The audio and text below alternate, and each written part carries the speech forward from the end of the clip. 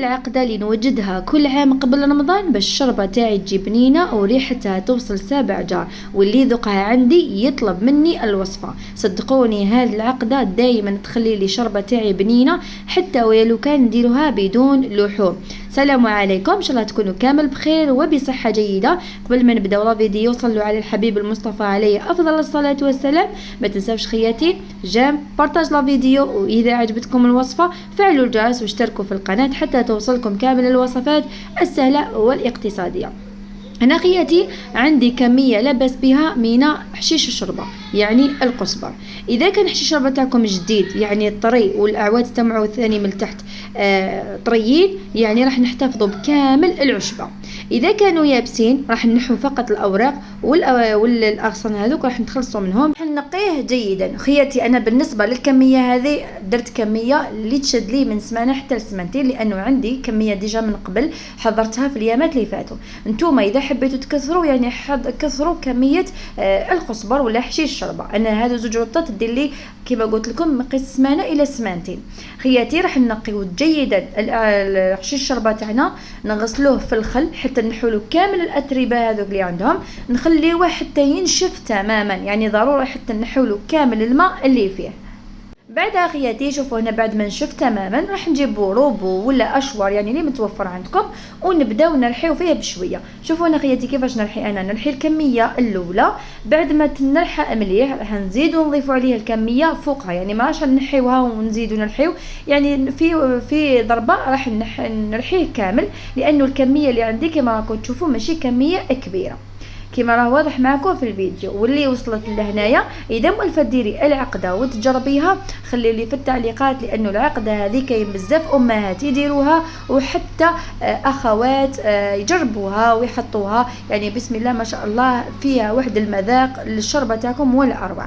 انا خياتي بعد ما رحيتها جيدا راح نضيف عليها وريقات من النعناع، نضيف عليها التوابل. بالنسبه للتوابل درت العكري فلفل حلو يعني، ولا تقدروا تضيفوا كميه حار، ضفت عليها الملح، فلفل اسود، الزنجبيل، والتوابل الخاصه بالحريره ولا الشربه. انا خياتي المكون الاساسي والضروري اللي ما لازمش نستغناو عليه في هذه الوصفه واللي هو الشحم الغنمي اللي جاي في الكلوه. هذا الشحم بعد ما كنت شاركت معكم عده وصفات تاع العقده كل مره يجيني السؤال هذا، هل نقدروا نستغناو عليه ولا لا؟ انا نقول لكم خياتي ما تقدروش تستغناو عليه، لانه هو سر البنه في هذه العقده. اذا ما درتوش ما راحش تبقى بنه، يعني راح تضيفوا برك القزبر في الشوربه تاعكم. انا خياتي بعد ما رحيت جيدا المكونات راح نضيف عليه حوالي كاس الا ربع من الزيت العاديه، يعني الزيت النباتي اللي نطيبوا به. راح نزيدوا نرحيو جيدا الخليط تاعنا. وهذه الخطوه اذا ما حبيتوش ديروا الزيت تقدروا تعوضوها بنصف كاس من المارغرين تكون ذايبه او السمن، لانه هو اللي راح يخلي القوام تاعو يعني متماسك، وفي نفس الوقت نقدروا نخدموا به في اي وقت. بالنسبه للعقده هذه تقدروا ديروها في المجمد، تقدروا ديروها في الاسفل. انا خياتي بالنسبه للعقده هذه راح نخليها في الاسفل وراح نمد لكم مده الاحتفاظ بها. وكما تعرفوا رانا درنا الملح، والملح هو المكون والماده الحافظه اللي راح يخلي العقده تاعكم تبقى مده طويله. صدقوني انا دائما في 15 يوم نكملها على حسب الكميه اللي نديرها، يعني دائما ومع رمضان دائما نطيبوا الشوربه، يعني راح نستعملها بشكل يومي.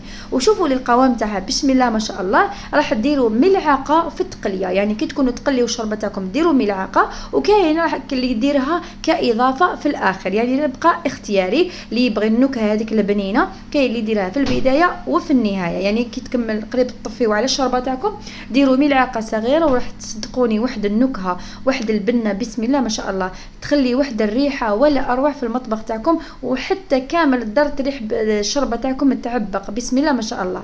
خياتي كمكون اساسي ما قبل ما ديروها في الثلاجه ضيفوا عليها كميه من الزيت، وكل ما تنحيوا منها ملعقه اذا شفتوها شربت هذيك الزيت زيدوا ضيفوا لها قطرات من الفوق باش نبقى محافظين على القوام تاعها وما تخسرناش. يعني ناكد لكم باللي ما راحش تخسر لانه ما فيهاش مكونات اللي تخسرهم، لكن باش تبقى الطريه وما تجمد لكمش من هذيك الشحمه.